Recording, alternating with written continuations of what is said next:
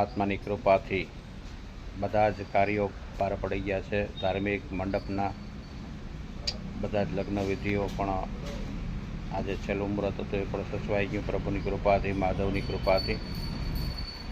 એટલે જ કીધેલું છે, કળા અપરંપાર એનો જાણી શકે નહીં કોઈ પાર, પ્રભુ તારી કળા અપરંપાર. માનવ તો પ્રભુના બનાવેલા રમકડા છે. કદાચ તમને ખ્યાલ હોય તો અગાઉ એક 32-32નો ખેલ આવતો, ત્યારે આ ટીવી ને મોબાઈલના જમાના નહોતા અને ગામના બધા જોવા જતા. એમાં રાજસ્થાન સાઈડથી આવતા એ લોકો, લાકડાની 32 પુત્રી હતી. રાજા હોય, રાણી હોય, પ્રધાન હોય, મેં જોયેલા છે. એ બધાના માથા ઉપર એક ઝીણી દોરી બાંધવામાં આવતી અને એ દોરી પેલા રમાડદારના હાથમાં હોય. આડે એવો પડદો બાંધેલો હોય કે એ તમને ન દેખાય, ફક્ત પૂતળીઓ જ દેખાય.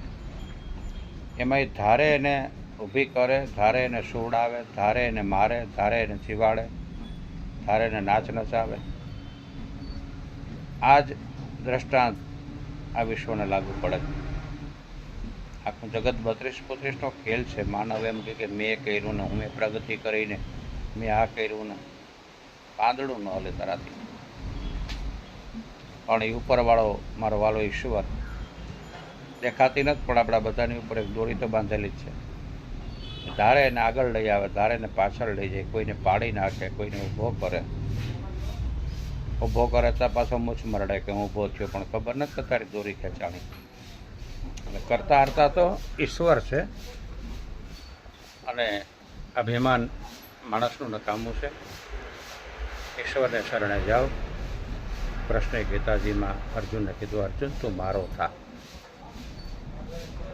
ભીષ્મ પિતાએ પ્રતિજ્ઞા કરેલી, ન પાંડવી પૃથ્વી કહાઉં, કા તો હરિ કે હાથ મેં હથિયાર જલાવું, નહીં તો વે ગંગા કા સૂત ના કહાઉં. અને ત્યારે એમ કહેવામાં આવે છે કે અર્જુન કૃષ્ણ દોડીને ગોતે તો ઘસઘસાટ કૂદો તો ઢંઢોળીને ઉઠાડ્યો. અર્જુન સાંભળ્યું તે ભીષ્મની પ્રતિજ્ઞા, વિશ્વની મહાન પ્રતિજ્ઞા. ત્યારે અર્જુને આંખો ચોડતા ચોડતા કીધું, પ્રભુ મને શા માટે જગાડો?